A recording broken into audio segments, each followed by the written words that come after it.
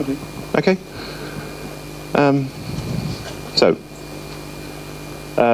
First I'll try to tell you something about what the waterboard Noorders Elvest is, just a short introduction. We're a regional water authority responsible for safety against flooding, management of regional water resources, both for quality and quantity of the water, and treatment of urban wastewater. And we're not responsible for drinking water production. That's what people in the Netherlands even often think that we do. And we're also not responsible for the collection of urban wastewater. That's a job done by the communities. It says something about the complicated way we have organized our water responsibilities. Some numbers about the water board. We have a service of about 144,000 hectares with 375,000 citizens. I have a bit more than 250 colleagues, and we are responsible for approximately 400 kilometers of water defenses, of which 66 kilometers are along the Wadden Sea, and the rest is along regional canals and lakes. We've seen this picture yesterday as well, but now with the borders of all the water boards in the Netherlands, and Noorders Elvest is the northernmost. A small view of our region. And this map gives an impression of what would happen if there are no dikes along the Wadden Sea. You see that especially this part of the area is very low-lying, with a big city, Groningen, here, and some low-lying areas here as well. So it is a rather empty area of Holland. Mostly farmers live there, but also some important infrastructure works. The gas supply, 80% of the gas supply for the Netherlands is coming through our area, and we're at the moment they're building 3 electricity plants, and when they're ready, 25% of the electricity production comes from the north of the Netherlands.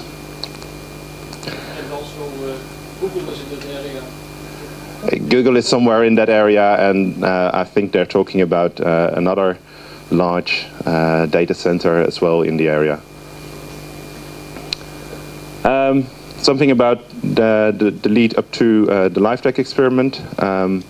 In 2008, the Eikdijk microstability experiment was conducted.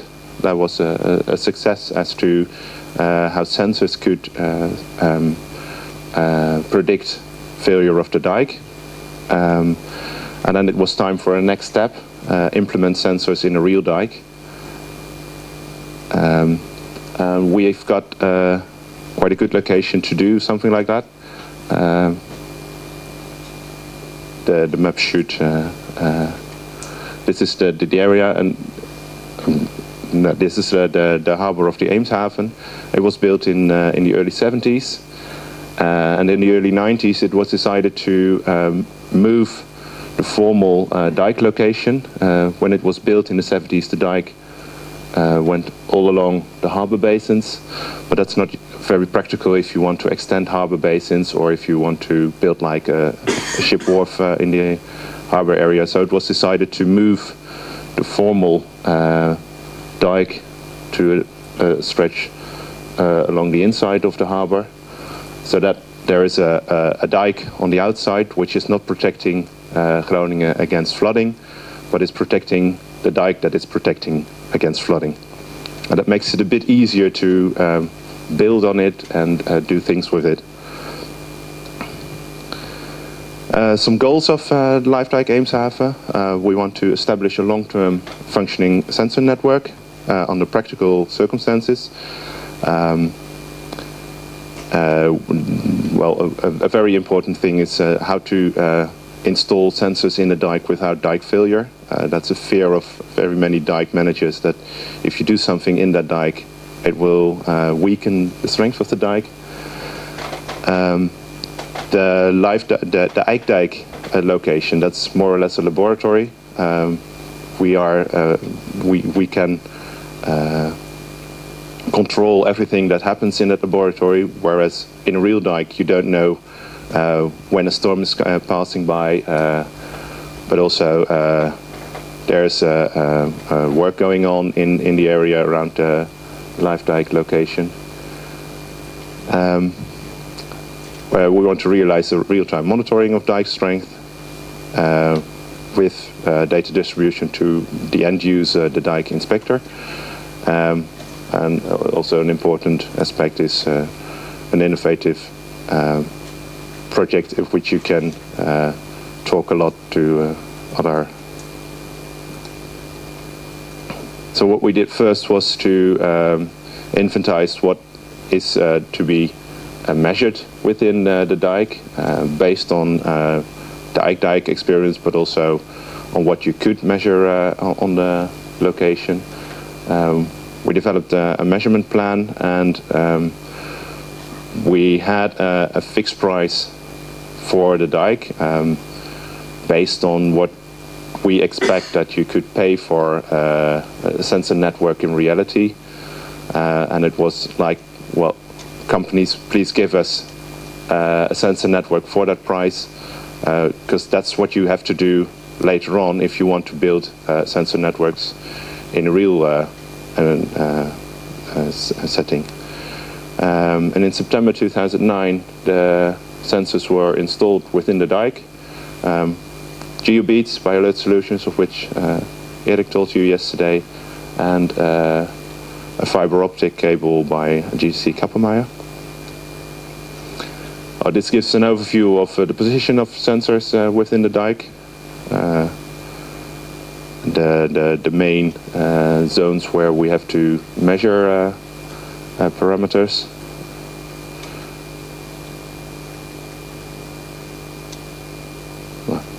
This is an overview from the top. A 3D view of the sensor network. There's 4 cross sections with GeoBeats and one fiber optic cable. And in total, this immense list of sensors that is applied within the dike. This gives some more detail.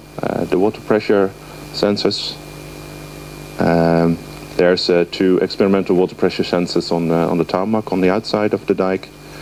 The fiber optic cable. And all these sensors send their data through the internet to the TNO database, where we can have a look at what's happening. And also all the data are transferred to a publicly visible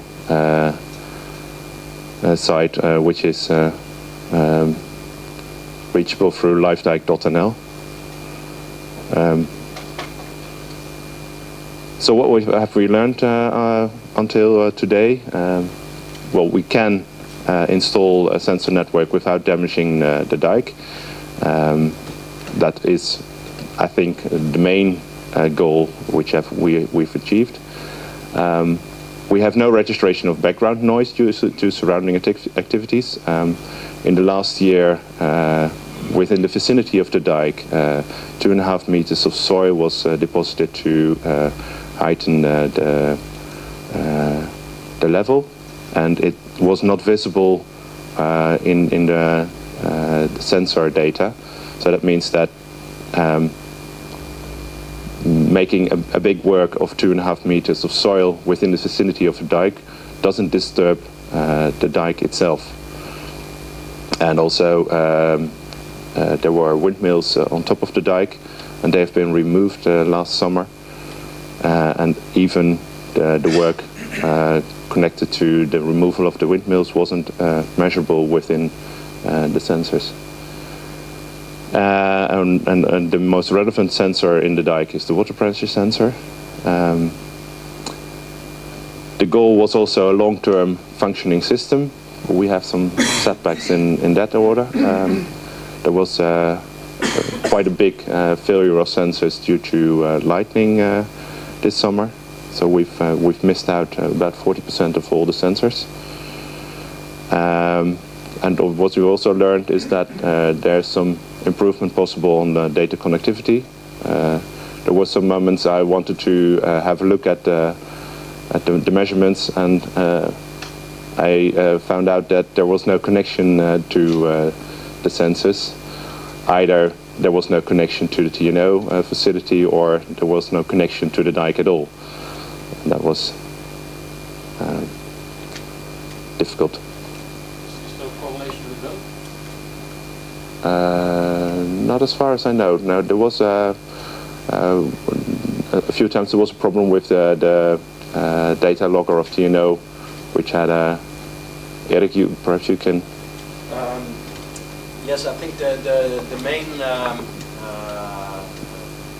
cause for losing connections to the dike itself was to do with a KPN telecom subscription, which didn't allow for fixed IP addresses.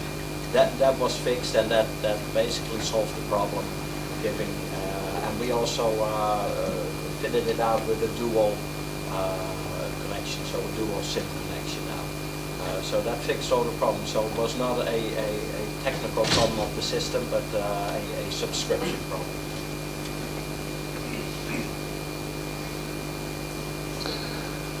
What are some perspectives for the second year of the project?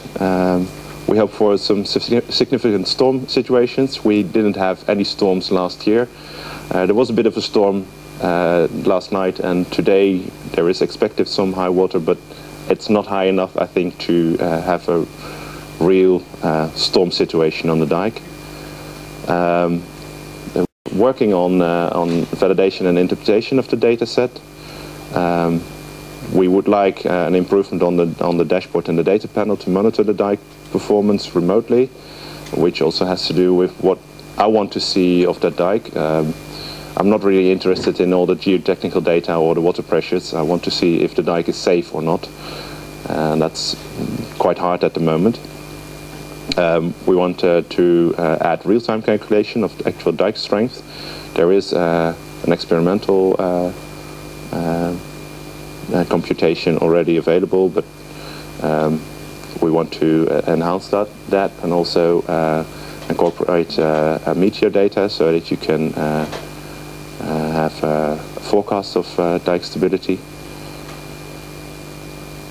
And the data connectivity showed that there should be some way of messaging when there is no data connection to the dike system or any other failures within the system. And what we, as a water board, also are planning to do, we have tested 66 kilometers of our dikes in a periodic test of all the dikes, which we have to perform every 5 years in the Netherlands. And we found out that 22 kilometers of the dikes are not meeting the requirements we have for the dikes, which doesn't mean they're about to fail, but we should strengthen them to meet the requirements again. And we're investigating if it's possible to use a sensor network within those dike stretches to see if it reduces the cost of reinforcements. If you know more about the underground of the dike, your design of a new dike will be better. We want to monitor the dike before, during and after construction of the new dikes. And perhaps it's possible to prioritize based on actual strength of the dikes, which might be more accurate than the strength computation we had so far. Okay. Thank you, Christian. Questions? Samantha.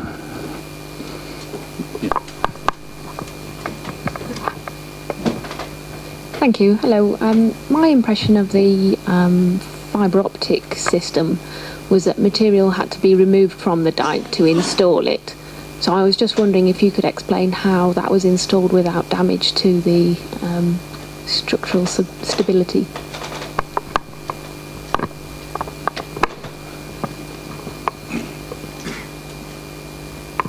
Of course, we had to remove some material to install the fiber optics. There was a small trench used to install the fiber optics. And what we established afterwards is that you couldn't see where the fiber optics was installed within the dike. So that is proof that it doesn't really harm the dike.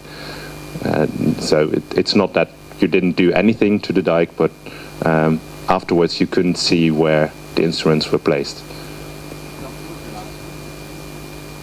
Ja, ik heb geen internet.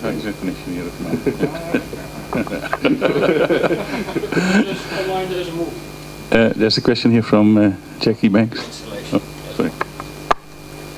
Thank you.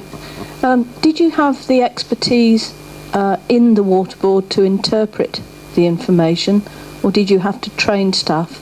And what sort of costs and time did it take to do that? Interesting question. I think that's one of the main things we have to improve within the system. We don't have the knowledge within the waterboard to interpret all the data, so we have to rely on other parties to do that. And this system has been like a start project, but it's not incorporated within the dike inspection as yet. So that's also something we have to work on. Other questions for Christian?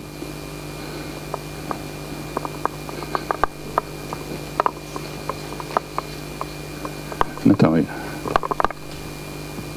So I only have a remark on sensors monitoring. Well, actually, a few weeks ago, I tried to see any sensor, pore pressure sensor data on the website, on the dashboard, and 100% of pore pressure sensors located in saturated zone, they were not working.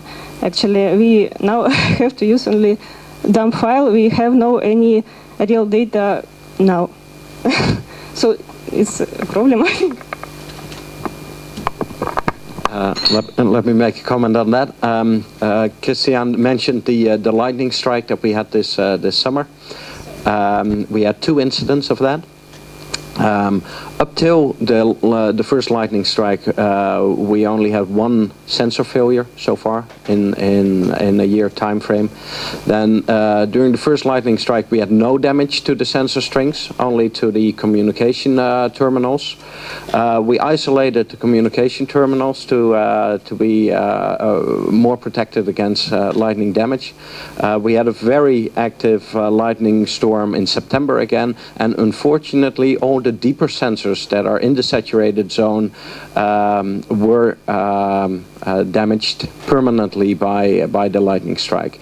So there's now a plan in place to replace the deeper sensors in the saturated zone, and to isolate all these different cross sections from each other, so that a lightning strike doesn't go across the entire system. So that should reduce damages in the future. But this is a practical issue, especially in a dike in such an open area.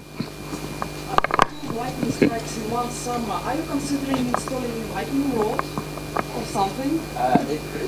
Well, there used to be a lightning rod on the windmills, but they were removed, and nobody placed a new lightning rod. There is a lightning rod on the radar post, but all of our infrastructure equipment, so the communication equipment, is located at the radar post. So it will take some further study to reduce the risk of lightning strikes there. We think we've taken quite a few. No, that will not do the job, because we don't think they were direct lightning strikes, but just a heightened potential. Of course, there's a long horizontal cabling in the dike, and that is a path to collect the charge. So we want to do away in the future with all these horizontal cabling and just isolate the cross section, so there's less of a chance that you collect the discharge of the lightning into these systems. One comment from Rulo. So I want to make a comment here. I've been actually like involved in developing and installing monitoring systems for electrical geophysical monitoring in the United States for about 10 years now. And so one of the things we had is we installed a large system for the EPA where we had several lightning strike incidents. And one of the unfortunate facts of life is as you go along, you learn that there's design issues with your instrumentation, with the communication. A lot of stuff sound very familiar, and the next generation will be better. And so a lot of these things is like, well, you need to optic isolation, you need to have fast circuit breakers, all those kind of things there. You need to have redundant transmission stuff. I would say it's good that you learn on a system like this rather than on a system which is super critical. So even though it's really annoying for the investigator to say, hey, my data drops out, it really tells the people who build the instrumentation, oh, I really need to take care of this. So it's I think it's good. I think it's to be expected. If everything worked, I'd be highly surprised. So Thank you. Yeah, one moment. There was a question here. Okay, so we were not invited to participate to the LiveDive project, but in France we take into consideration the maintenance and the actual total cost, global cost after a couple of years is, according to us, something very important. And therefore we have decided, because we're working in the Alps where there are many problems, lightning, many other kinds of problems, and therefore we decide that our system is totally independent and is not sensitive to lightning at all. Just a small remark. I wish we could show you that, but indeed our system is totally independent and it is not affected by any kind of disaster. You should think of it, because the global cost after a couple of years, the maintenance, I've been working 20 years as a geophysicist, and I know that you will always change, but it is sensitive. Okay, sorry, Rob, you had a question? Yeah. I had a question to Rolf. Can you use lightning to monitor the Earth? There's actually... the answer is yes, and there's actually been some nice proposals by Jim Jay of University of Arizona, but the problem is you don't really know when it happens or where it happens. I mean, you know it approximately. You can actually, like, there's a lightning monitoring network. So the problem is, because you don't really know your source function, the imaging of that becomes very hard. You also have a question of resolution. So yes, it has been used for basin studies, for global magnetotelluric studies, for this kind of high resolution studies. You really don't get the resolution you want. But there is one of the really interesting things is the gentleman from is mentioned is microgravity. I mean, and there's this incredible increases in for instance resolution of your sensors, which allows you to see actually the tidal effect and the effect of that on your structure. So and one of the presentations I saw about, what was it, like I think a few months ago, is somebody studying the compaction and extension of a bridge as the temperature goes up and down. So these structures breathe and move. So I think as instrumentation goes up and our ability to measure very small deformations in situ, either using fiber optic networks or in situ sensors or LiDAR, we will really start to understand these structures better and better. So to some extent, I think the message to the modeling community is, okay, well, think about what you really would need, and then the sensor people, they just keep on pushing, 24 bits, 32 bits, whatever kind of stuff, and that keeps people like Siemens and IBM and whatever happy. So, okay, one last question. Yes, hello. In the case of a bridge, how does the system react in a very long length, 30 kilometers? Because it may be like if the lights are connected in series, maybe if there is a bridge, all the system fall down. No.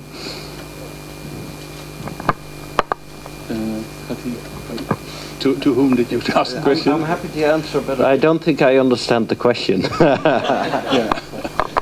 The optical fiber, if it's cutted, excuse me, then if the length of the system is 30 kilometers, then all the system fall down, no? Yeah, Indeed, that's a practical problem that we have to face up to each installation. So it means that we have to we have found some techniques. The idea is when you're designing your system, you have to identify all the structures which are crossing your dike or levier, and to identify whether it is likely to have an impact of the passive defense barrier that your monitoring system is aimed as a monitor, and depending on that, then you will either put your line elsewhere, duplicate it, and so on. It is not. It's just a question of cost. It will increase the installation cost, but it will not have an impact on the global reliability.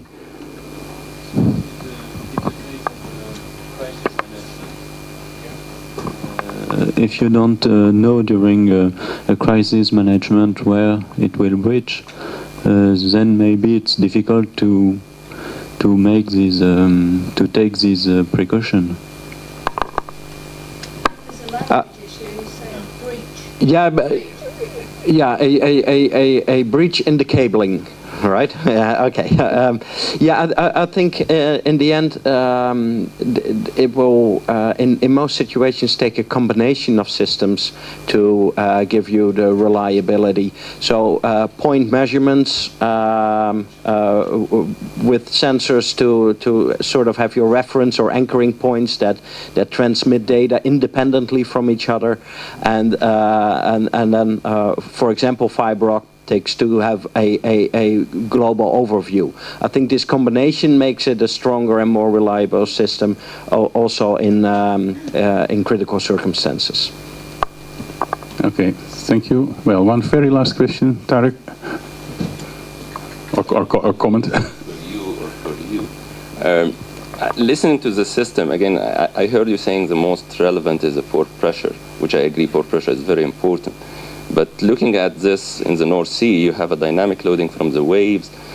I can't see how you can analyze a system or kind of judge its safety only with one parameter, which is port pressures. I would see that you need more measurement, deformation, vibration, and so on. So actually, I was asking the people who would be doing the numerical modeling, is this enough, only port pressure, or you would like to need more information to compare with? So just a comment. I think, Valeria, do you want to comment? Okay. Okay, thank you very much, Christian, and please have a present from the table.